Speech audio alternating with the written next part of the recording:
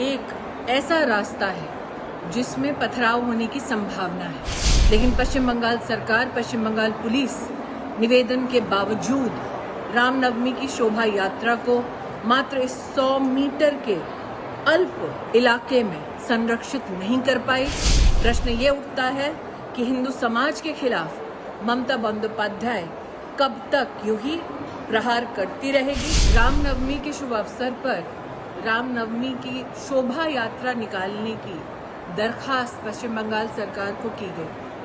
हावड़ा के इलाके में जब रामनवमी शोभा यात्रा निकालने के लिए दरखास्त की गई, रिक्विजिट परमिशंस लिए गए, तब ये निवेदन किया गया कि 100 मीटर का एक ऐसा रास्ता है जिसमें पथराव होने की संभावना है। पश्चिम बंगाल सरकार से अपील की गई कि 100 मीटर की उस एक अंश में हिंदू धर्म में सबसे पूजनीय प्रभु राम की इस शोभा यात्रा का संरक्षण हो, लेकिन पश्चिम बंगाल सरकार, पश्चिम बंगाल पुलिस निवेदन के बावजूद रामनवमी की शोभा यात्रा को मात्र इस 100 मीटर के अल्प इलाके में संरक्षित नहीं कर पाई।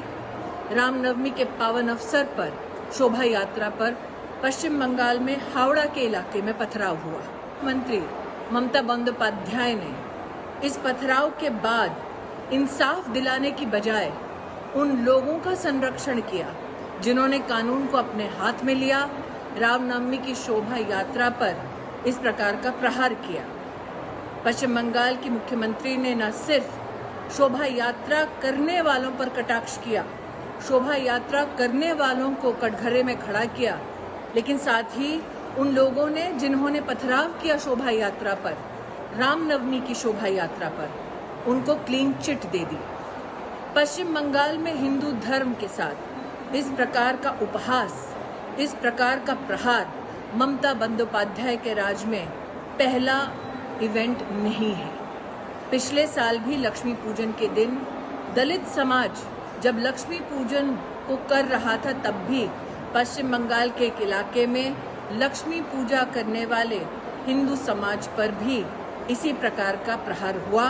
ममता बंदोपाध्याय तब भी पश्चिम बंगाल की जनता को संरक्षित नहीं कर पाई।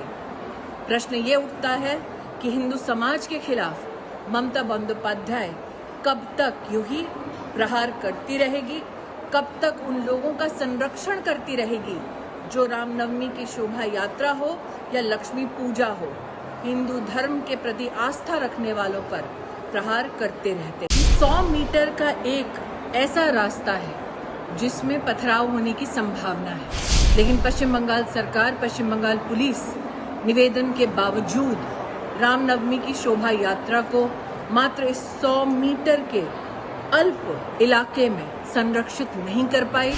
प्रश्न ये उठता है कि हिंदू समाज के खिलाफ ममता बंदोपाध्याय कब तक यूं ही प्रहार करती रहेगी। रामनवमी के शुभ अवसर पर रामनवमी की शोभा यात्रा निकालने की दरखास्त पश्चिम बंगाल सरकार को की गई। हावड़ा के इलाके में जब रामनवमी शोभा यात्रा निकालने के लिए दरखास्त की गई, रिक्विजिट परमिशंस लिए गए, तब ये निवेदन किया गया कि 100 मीटर का एक ऐसा रास्ता है जिसमें पथराव होने की संभावना है। पश्चिम बंगाल सरकार से अपील की गई कि 100 मीटर की उस एक अंश में हिंदू धर्म में सबसे पूजनीय प्रभु राम की इस शोभा यात्रा का संरक्षण हो, लेकिन पश्चिम बंगाल सरकार, पश्चिम बंगाल पुलिस निवेदन के बावजूद रामनवमी की शोभा यात्रा को मात्र इस 100 मीटर के अल्प इलाके में संरक्षित नहीं कर पाई। रामनवमी के पावन अवसर पर शोभा यात्रा पर पश्चिम बंगाल में हावड़ा के इलाके में पथराव हुआ। मंत्री ममता बंदोपाध्याय ने इस पथराव के बाद इंसाफ दिलाने की बजाय उन लोगों का संरक्षण किया जिन्होंने कानून को अपने हाथ में लिया, रामनवमी की शोभा यात्रा पर इस प्रकार का प्रहार किया। पश्चिम बंगाल की मुख्यमंत्री ने न सिर्फ शोभा यात्रा करने वालों पर कटाक्ष किया, शोभा यात्रा करने वालों को कटघरे में खड़ा किया, लेकिन साथ ही उन लोगों ने जिन्होंने पथराव किया शोभा यात्रा पर, रामनवमी की शोभा यात्रा पर, उनको क्लीन चिट दे दी। पश्चिम बंगाल में हिंदू धर्म के साथ इस प्रकार का उपहास, इस प्रकार का प्रहार ममता बंदोपाध्याय के राज में पहला इवेंट नहीं है।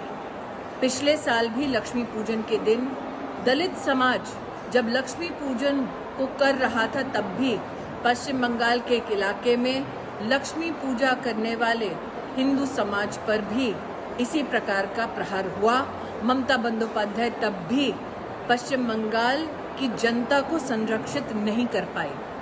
प्रश्न ये उठता है कि हिंदू समाज के खिलाफ ममता बंदोपाध्याय कब तक यूं ही प्रहार करती रहेगी, कब तक उन लोगों का संरक्षण करती रहेगी जो रामनवमी की शोभा यात्रा हो या लक्ष्मी पूजा हो, हिंदू धर्म के प्रति आस्था रखने वालों पर प्रहार करते रहते हैं।